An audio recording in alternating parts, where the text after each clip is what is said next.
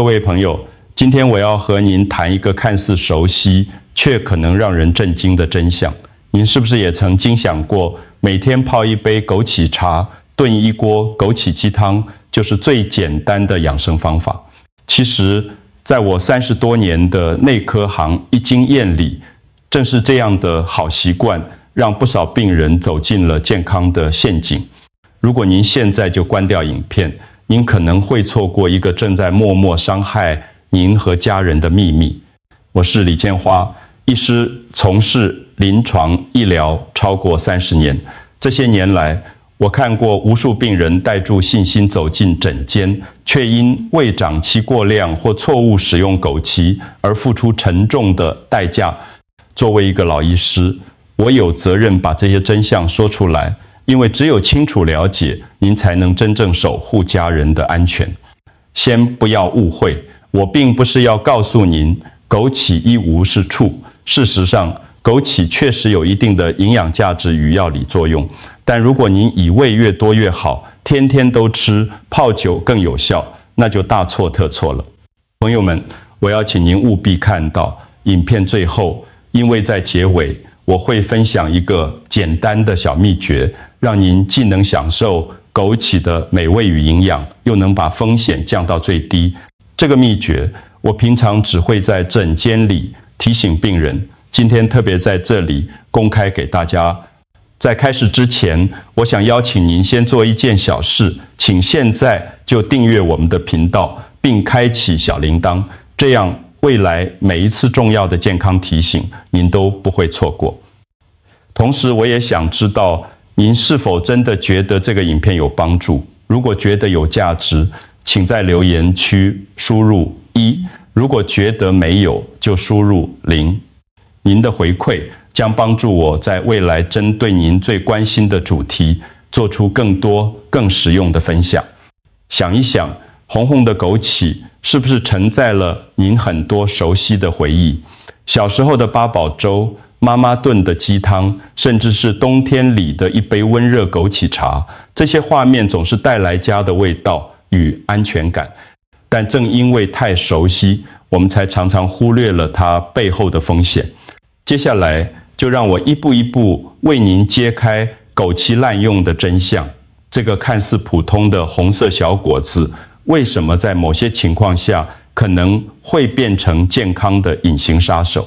在台湾以及许多华人社会里，枸杞几乎是家家户户的必备食材。炖鸡汤要加，煲排骨汤要加，甚至有不少人前脆每天泡水喝。很多长辈会说，我们祖先几百年来都吃这个，怎么会有问题呢？然而，正是在诊间，我一次又一次看到这些理所当然的观念，往往成了健康风险的来源。今天我要带大家把这几个最常见的神话一一澄清。第一个神话，天然安全，枸杞越多越补。许多人认为枸杞是天然的果实，不是化学药物，所以多吃无妨。甚至有人一把一把往嘴里倒，觉得这样吸收更快。但事实是，任何天然食材都有其有效成分，与剂量范围超过了，反而可能出现副作用。就像盐、糖、茶叶一样，少量有益，过量就有害。第二个神话，自家泡酒、炖汤一定比市售健康。不少人相信自己买回来的枸杞，亲手泡酒、炖汤，比工厂制作的保健品要安心。的确，自己处理看似更天然，但别忘了，酒精会放大枸杞里某些成分的吸收速度，也会和药物交互作用，让风险加倍。这就是为什么有些人喝了养生药酒，结果心悸、血压飙升。第三个神话，我只吃一把应该没事。诊间里，我常听病人说，医师，我就每天抓一把枸杞，不多了。但您知道吗？每个人的一把大小不一，有时一把就超过50克，远远超过建议量。更重要的是，枸杞往往不是单一来源。您今天吃汤里有甜汤里有还泡水喝，加起来根本不是少量。第4个神话，有慢性病也能天天吃，这是最危险的误解之一。枸杞虽然有益处，但对于正在服药的高血压、糖尿病、心血管病、肾脏病患者，可能会影响药效或增加负担。很多病人不晓得自己血糖忽高忽低，或抗凝血药剂量难以控制，其实和天天枸杞有关。朋友们，这些神话听起来都合理，因为它们来自我们的日常与文化。但医学提醒我们，熟悉不等于安全，传统不等于正确。下一步，我会用最简单的方式带您看懂枸杞背后的医学机制，为什么吃太多会让好东西变坏东西。很多朋友会问我，医师不就是几颗小红果子吗？怎么会危险到影响身体呢？其实答案就在它的成分与我们身体的代谢方式。让我用最简单的语言带您了解背后的医学机制。首先，枸杞里最受人瞩目的成分是多糖体，这些物质确实能够帮助提升免疫力，让身体的防御功能更活跃。但问题是，当摄取过量时，免疫系统就像一支被过度动员的军队，会出现过度反应，有人会心悸、睡不好，有人会长皮疹，甚至诱发原本就有的过敏体质。第二，枸杞含有一些植物化合物，会透过肝脏的酵素来代谢，这些酵素就像交通号志，负责安排药物在体内的进出。如果枸杞干扰了这些号志，就可能让药物作用过强或过弱。例如，正在服用抗凝血药、降血压药或降血糖药的患者，药效就可能忽高忽低，增加风险。第三，枸杞本身含有钾离子鱼草酸盐，对于肾功能正常的人来说，少量问题不大。但如果肾脏代谢能力下降，或本来就有结石体质，这些物质就会累积，导致高血钾或结石恶化。这也是为什么在肾脏科，我常提醒病人，不是所有水果、药材都能无限量吃。最后，还有一个常被忽视的陷阱——枸杞酒。很多人觉得泡在酒里效果更好，但其实酒精会加速成分的吸收，也会加重肝脏、心脏与血管的负担。对于有三高或心脏病的人来说，这无异于火上加油。朋友们，这些机制听起来可能有点复杂，但核心概念很简单：枸杞不是不好，而是过量、体质、药物三者叠加才会让它从朋友变敌人。那么这些风险在真实生活中会怎么表现出来？接下来我要带您看看一个真实的病人故事。62岁的张先生，他的经历或许会让您更有感。在我的病人当中，有一位案例特别让我印象深刻。他是张先生，62岁，住在台北，退休不久的中学老师。退休后，他开始非常注重养生，平常喜欢打太极、泡茶，也相信食补比药补更安全。有人告诉他，每天吃一大把枸杞可以养肝明目、补肾强身，于是他便把枸杞当成每日必需品。张先生的习惯是这样的：早上起床泡一大杯枸杞水，觉得精神比较好。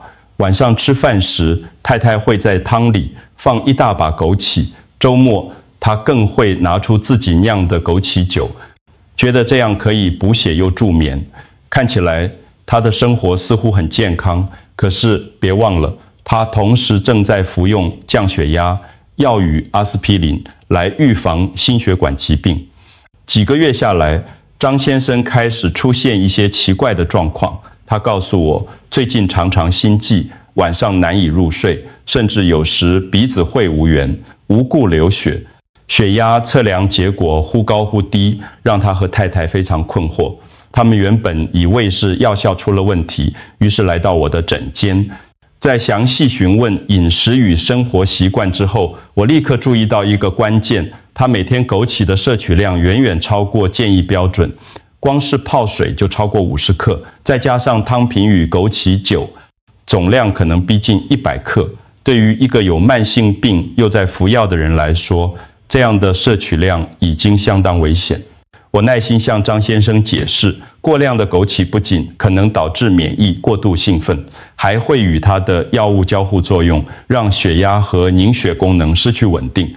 他听了非常惊讶，说：“医师，我一直以为枸杞越多越补，没想到反而害了自己。”在我的建议下，他停止喝枸杞酒，把每日用量减少到10几克，仅在炖汤时少量加入，并且与药物使用时间错开。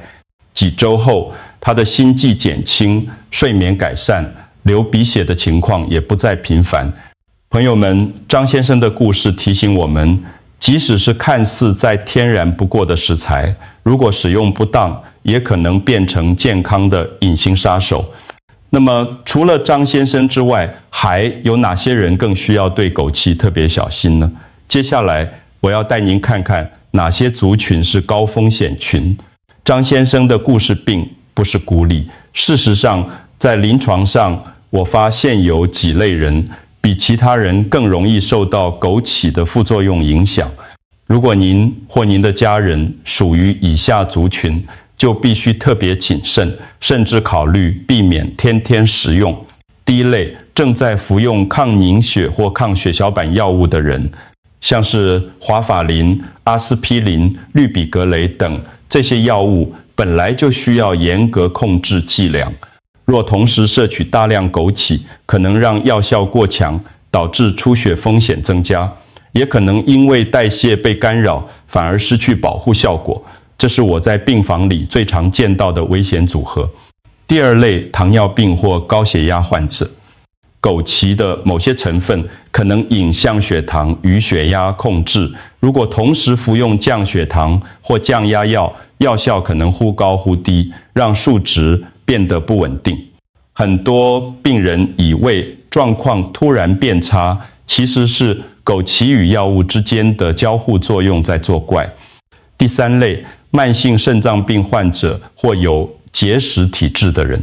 枸杞含有甲苯草酸盐，对肾功能不好的人来说，可能造成钾离子累积，引起心律不整；对结石体质者，则可能增加肾结石的风险。因此，肾脏科医师常提醒病人，枸杞绝不是想吃就吃。第四类，自体免疫疾病、过敏体质、孕妇或哺乳期妇女，这些族群的免疫系统或荷尔蒙环境比较敏感，枸杞的免疫调节作用可能导致身体出现过度反应，尤其孕妇。如果没有专业医师指导，贸然天天吃，风险难以评估。第五类，有失眠或心律不整病史的人。枸杞在部分人身上会有兴奋效果，摄取过量可能导致睡不着，甚至诱发心律不整。对于本来就有这些病史的人，尤其需要小心。朋友们，听到这里，您可能会想，枸杞怎么这么复杂？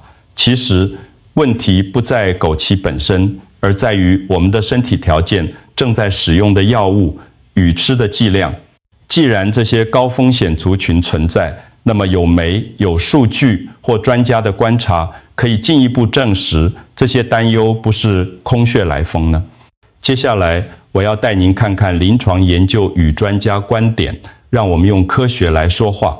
在我的行医生涯里，我常常和同业交流，也阅读大量的临床研究，几乎所有的结论都指向同一个方向：枸杞不是完全无害，它的风险来自于剂量和交互作用。首先，我要引用一项发表于国际期刊的病例报告。有位长期服用华法林的病人，在开始每天饮用枸杞茶后，出现鼻出血与皮下淤青。检查发现，他的凝血指数 INR 升高到危险水平。师团队仔细追查后，认为这与枸杞干扰药物代谢有关。换句话说，枸杞真的会放大抗凝血药的效果，增加出血风险。再来，我们看肾脏科的观察，有研究指出，肾功能下降的患者，如果每天额外摄取枸杞血钾值比未摄取者高出显著比例，高血钾会导致心律不整，严重时甚至会致命。这些数据提醒我们，肾脏病患者必须特别小心。另外，在睡眠医学的门诊也有人报告，过量食用枸杞可能让患者出现失眠或心悸的状况。这些虽然不是致命的副作用，但对于年长者来说，已经足以大幅降低生活品质。专家们的共识是，草本不等于无毒。很多病人会说，医师，这是天然的，怎么会有问题？其实，天然代表的是来源，而不是安全。像咖啡因、烟草、酒精也都是天然的，但效果与副作用一点也不小。朋友们，这里我要再次强调，枸杞不是不能吃，而是不能盲目吃。如果用量不当，或和药物体质产生冲突，它就会从补品变成隐形的风险。既然如此，我们应该怎么分辨什么是真的养生，什么只是神话呢？在下一部分，我会用 Myth Fact 的方式带大家拆解常见迷思，帮您建立一个正确的判断标准。朋友们，刚才我们谈到专家观点与临床案例，接下来我要和您一起拆解几个常见的误解，让我们看清楚真相。误解一：颜色越红，效果越好。很多人挑枸杞时，特别喜欢鲜红色，觉得颜色越深，补效越强。真相颜色主要取决于前造方式与产地与营养成分高低，没有直接关系。真正需要关注的是每天摄取量。即使是最漂亮的枸杞，若超过30克每日，仍可能带来副作用。误解二：自家泡酒最安全。有人相信自己在家泡枸杞酒，不加化学添加物，一定比市售健康。真相：酒精会加速枸杞成分的吸收，并放大与药物的交互作用，对心血管或肝脏都有额外负担。所谓纯天然并不等于安全。误解三：每天都要吃才算真正养生。不少人觉得保健就是要靠天天累积，于是把枸杞当成每日必须。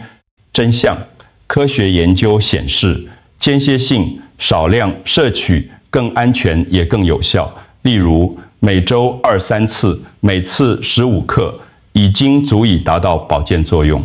天天大把吃，反而增加风险。误解四：年轻没病的人怎么吃都无所谓。有些人认为自己身体健康，不需要担心。真相：枸杞的影响往往是长期累积的，年轻时过量，可能在10年后引起肾结石、高血压或睡眠问题。健康不代表可以无限制。总结一句话：成分 A 多糖体、钾离子、植物化合物；体况 B 肾功能差，正在用药；效因 C 免疫过度、药效失衡、血钾升高，造成系统 D 心脏、肾脏、血管的负担。朋友们，理解这些机制之后，我们就能清楚知道，吃枸杞不是禁忌，而是必须掌握剂量与时机。下一段我会告诉您一个实用的安全范围与使用方式，让您放心享用，又能避免危险。朋友们，当我们了解了枸杞背后的机制，就会明白，关键并不是能不能吃，而是怎么吃，吃多少，在什么时候吃。让我用最简单的方式，给您一个清楚的安全范围。首先谈到剂量，一般成人的安全摄取量大约在15到30克天，这大概相当于1小把，而不是随意抓一大捧。临床上我常见到的问题就是病人低估了自己的用量，早上一杯枸杞茶，午餐汤里又加1把，晚上还吃甜汤，3餐加起来早就超标。请记住，分次少量才是安全的方式。第二，关于时机，枸杞最好和正餐一起吃，让食物中的蛋白质蔬菜共同稀释，减少对身体的刺激。建议避免空腹大量食用，也不要在睡前进食，因为部分人会因此精神兴奋，导致失眠。更重要的一点，请务必避免和酒精混合。枸杞酒虽然常见，但却是放大风险的凶手。第三，使用形式最好的方式是入菜或煲汤，例如1锅4人份的汤，放15克枸杞，全家人分食，既能增加风味，也不会过量。相比之下，长期天天喝高浓度枸杞水，或把枸杞泡在烈酒里当保健，风险就高得多。第四，周期性，即使是在安全剂量下，建议连续吃2到3周后，可以停几天，观察身体反应。这样能让免疫系统与代谢有喘息的机会，不会因为长期过量而累积风险。最后，要提醒特定族群，肾脏功能不佳、正在服药的人，在开始规律吃枸杞之前，一定要先与主治医师讨论。医师会根据您的血液检查与药物清单，判断是否需要减量或完全避免。总结来说，安全吃枸杞的3大原则就是控制剂量、选对时间、避免酒精。掌握这3点，您就能安心享受它的美味与好处，而不是让自己陷入危险。接下来，我要分享一些简单又美味的替代方案与料理建议，帮助您把传统的好味道转换成更健康、更现代的做法。朋友们，很多人听到枸杞可能带来风险后，心里会有点矛盾，那是不是以后都不能碰枸杞了？其实不必这么极端，重点在于我们可以找到更聪明、更健康的替代方案，既能保留风味，也能减少风险。第一个方法，点缀法，在料理里只把枸杞当作点缀，而不是主要食材。比方说炒青菜或蒸鱼时，撒上5到8克，既能增加颜色与香气，也不会过量。这样做，您还是能感受到有加枸杞的味道，但负担却少得多。第二个方法，汤品稀释。炖汤时，可以将枸杞与其他食材搭配，例如白木耳、胡萝卜或山药。建议1锅4人份的汤，枸杞总量不超过20克，大家分食后，每个人的摄取量非常安全。这种做法不仅风味更丰富，也能避免单一成分过量。第三个方法，无酒版替代。很多长辈喜欢泡枸杞酒，但这往往是最危险的形式。您可以尝试无酒版，用温水或清淡的鸡汤代替，把枸杞的香气与甜味释放出来，不需要借助酒精，也能喝得安心。第四个方法，低风险替代食材。如果您只是想要有些补气或增色的效果，可以把一部分枸杞换成红枣或和菊花、决明子搭配。红枣能补血，菊花能清肝明目，搭配后味道更清爽，也能分散对枸杞的依赖。第五个方法，调味替代。有些人习惯用枸杞来提味，其实完全可以用柠檬皮、姜黄或香草来替代。这些食材既能增加香气，又带来抗氧化效果，对身体一样有益。朋友们，健康饮食的关键不在于一味排斥，而在于懂得调整。如果我们愿意改变烹调方式，学会替代，传统的味道一样可以被延续，甚至更美味、更安心。接下来，我要再带您回到张先生的故事，看看他在调整习惯后发生了什么样的转变，以及我们每个人可以立刻开始的3个简单行动。朋友们，还记得张先生吗？在我提醒他调整饮食后，他其实一开始并不容易接受，毕竟枸杞已经成了他退休生活的必需品。突然要减量甚至停掉枸杞酒，他觉得少了什么，但在家人的鼓励下，他还是愿意尝试看看。他先把原本每天超过100克的枸杞降到每周2到3次，每次约10克，只在炖汤或炒菜时少量加入，不再天天泡枸杞水，更彻底戒掉了枸杞酒。与此同时，他把用药时间与食用枸杞的时间错开，避免交互作用。这些调整看似小，但影响却非常大。2个月后，回诊张先生告诉我，心悸与失眠的情况明显改善，鼻出血不再反复出现，血压也比之前稳定得多。他笑着说：“医师，我才知道原来少一点枸杞，日子一样过得很好，而且更安心。”这句话让我听了特别欣慰。朋友们，张先生的转变说明了一个简单却重要的道理：健康不是要我们放弃美味，而是要找到一个更安全的平衡点。这也是我今天希望带给大家的核心讯息。那么您可以怎么立刻开始呢？我建议3个简单行动，今天就能做到。第一，清理橱柜，把家里过量囤积的枸杞以及泡在酒里的瓶瓶罐罐先清掉，避免不知不觉过量，可以分装成小袋，每袋15克，方便控制。第二，分享这个影片，把今天听到的资讯传给您的家人和朋友，特别是正在用药或有慢性病的人。很多时候，一个小小的提醒就能避免一个大问题。第三，从明天开始尝试点缀法，别再天天抓一大把，只在做菜时撒上几颗，连续14天观察身体的变化，您会发现身体的感受其实比您想象的更敏锐。朋友们，这3个行动既简单又立刻可行，当我们愿意踏出第一步，就已经在为自己的健康投资。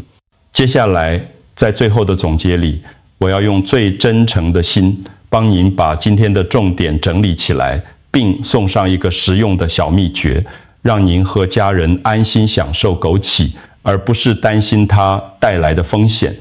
各位朋友，今天我们一起走过了枸杞背后的真相，或许您心里有些惊讶，因为这是我们餐桌上再熟悉不过的食材。从小到大，红红的枸杞出现在汤里、粥里，甚至酒里，承载住家庭与文化的味道。但我要提醒您，传统不等于健康，习惯不等于正确。真正的智慧是懂得在时代与身体条件的变化中，找到更安全的方式。健康不是靠运气，而是靠选择。每天的一小把枸杞，如果使用得宜，确实能帮助养生；但如果过量与药物冲突，或忽略了个人体质，它就可能成为伤害。差别只在于我们有没有掌握正确的方法。在影片开头，我答应过要送给您一个简单的小秘诀，现在就告诉您，想保留枸杞的色香味，又不想冒风险，最安全的方式就是少量入菜，搭配蛋白或蔬菜一起煮，完全避免与酒精混合。这样既能延续熟悉的风味，又能守住健康。如果您觉得今天的分享对您或家人有帮助，请订阅我们的频道，并把影片分享给最重要的人。也许您的转发能帮助另一个家庭避免遗憾。最后要提醒，本影片内容仅供健康资讯参考，不能取代医师的诊断与治疗。